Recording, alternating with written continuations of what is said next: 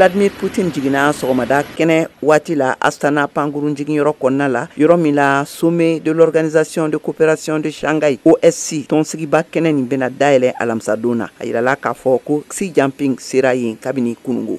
OCS kulu jamana 9 bɛ min tɔndenya la: Chine, Inde, Iran, Russie, Kazakhstan, Kyrgyzstan, Uzbekistan, Pakistan ani Tajikistan jatelen bɛ a ɲɔgɔnna kulu minnu bɛ nazarala fadenw ye ne u bɛ baara kɛ ni hakilinaw ye ka danfara min bilalen bɛ duniya jamana setigibaw cɛla la lawuli ne ka u fara ɲɔgɔn kan ka duniya makobaw ɲɛnabɔ ɲɔgɔn fɛ ni kan kelen ye n'a bɛ wele ko multipolaire. Hakilina min ne Chine ani Russie marakɛlaw dalagɛsɛ don waati bɛɛ. Iran kɛra a tɔnden ye kɔsada in na. Belarusi ne ale ye Moscou kɔkɔrɔdonbagaba ye u ka Ukraine kɛlɛ la ka tɔndenya laseliw bɛna kɛ alamisa nata in na tɔnsigi dayɛlɛ kɛnɛ nin kan. Nka danfara caman de fɛnɛ bɛ a tɔndenw ni ɲɔgɔn cɛla la. Ne Putin ne Xi bɛ fɛ ka sira tigɛ nanzarala ɲɛ fadenyaba sɔrɔw nasiraw kan u ni ɲɔgɔn cɛla la bɛ yen halisa. Kɛrɛnkɛrɛnnenya la Asie camancɛ yan fanfɛla taji caman bɛ minnu bolola la ne u jɔyɔrɔ belebele bɛ doni taliw la ka se Europe ani Asie gun kan. Jamanakuntigi fila ninnu ka ɲɔgɔn ye baaraw bi araba in na bɛ jate tɔnsigi nin kɛrɛfɛ baaraw fɛ. Nin kuma ɲɔgɔnya nin bɛ kan ka kɛ kalo 1 ani tila dɔrɔn u ye min kɛ Chine Putin ka taama senfɛ a taara dɛmɛ ɲini na ka kɛɲɛ ani Ukraine cɛla fitinɛ ye waati min na. Ka da Kremlin ka fɔ kan